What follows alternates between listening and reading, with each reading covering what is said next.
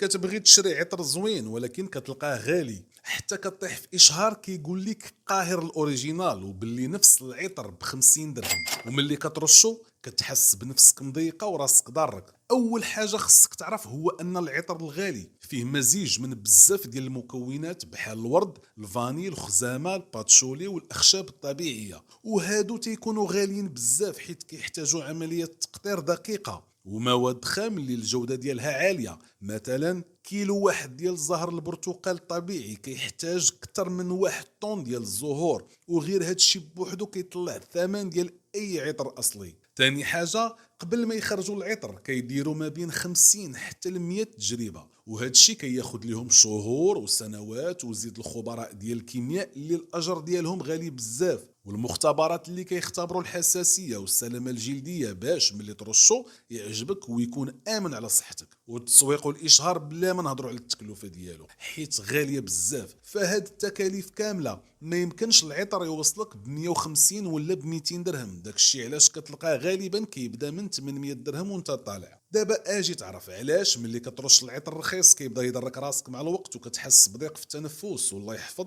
تقدر تصاب بحساسيه. العقل كيتعلم يميز المكونات ديال الريحه من التجربه والمقارنه بين الطبيعي والصناعي باش يعرف شنو اللي كيدير الصداع وشنو اللي مريح بالنسبه ليه. المواد الصناعيه الثقيله في العطور الرخيصه بحال الكحول الصناعي، مواد تثبيت خطيره بحال فتالات، نيتروميسك، كثره السكريه الاصطناعيه، غياب توازن بين المكونات وروائح كيميائيه، هادشي كيسبب صداع في الراس، ضيق النفس وحساسيه. وإلا جينا نقلبوا شحال الثمن ديال هاد المواد في السوق غادي نلقاو باللي الكحول اللي كيتستعمل في العطور الثمن ديالو كيكون تقريبا بين 150 حتى ل 300 درهم الليتر على حسب الجوده. الروائح الصناعيه ثمنها غالبا كيتراوح بين 200 حتى ل 5000 درهم للكيلو على حسب النوع والتركيز. وإلا كان العطر مصوب كامل من مواد صناعيه بحال الكحول، زيوت صناعيه، مثبطات رخيصه، فالتكلفه مثلا ديال 100 مليلتر كيقولوا بعض المصادر انه ممكن يكلف حتى ل 30 درهم، يعني تقريبا التكلفه ديال 50 مليلتر هي 15 ولا 20 درهم. دابا السؤال،